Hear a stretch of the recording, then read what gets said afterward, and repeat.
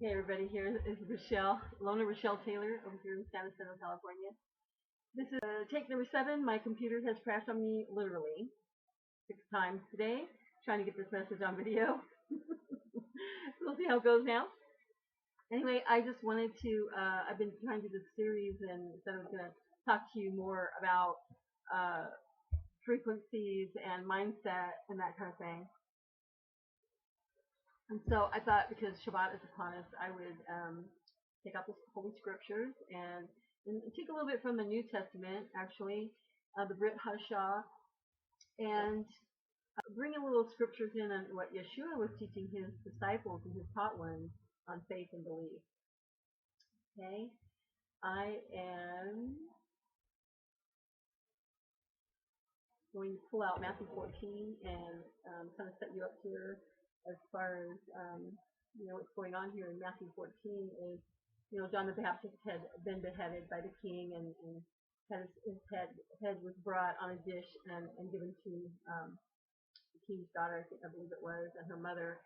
And so they came and told Yeshua about it, and he was very grieved. So he went away and withdrew from there by boat to a deserted place by himself.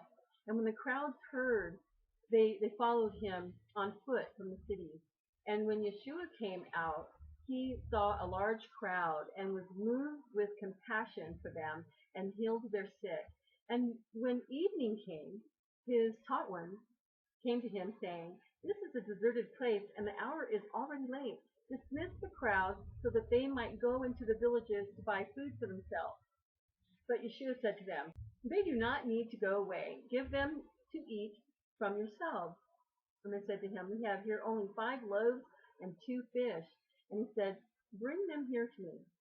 And commanding the crowds to sit on the grass, and taking the 5 loaves and the 2 fish, looked up to heaven and blessed the bread and broke and gave thanks, and then gave the loaves to the taught ones, and the taught ones gave to the crowd. And all of them ate and were satisfied. And they picked up the pieces that were left over, 12 baskets filled. And those who ate were about 5,000 men, besides the women and the children. So there was about 15,000 people at least that ate from 5 loaves and 2 fish. And so immediately Yeshua gave his taught ones, made his taught ones enter into the boat and go before him to the other side while he dismissed the crowd. And having dismissed the crowds, he went up to the mountain by himself to pray. And when evening had come, he was alone there.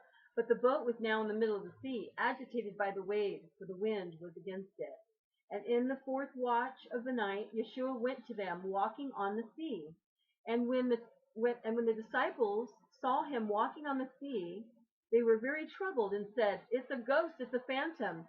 And from fear they cried out.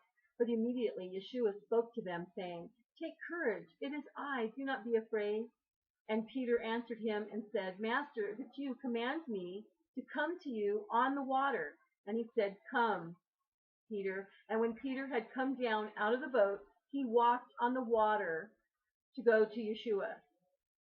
But then when he saw that the wind was strong, he was afraid, and beginning to sink, he cried out, saying, "Master, save me."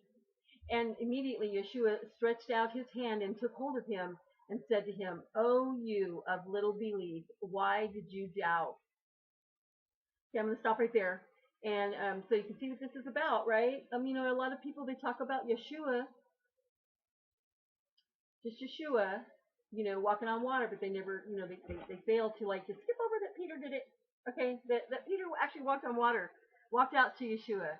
And then when he began to doubt and not believe anymore was when he actually fell into the water and had to cry out for help.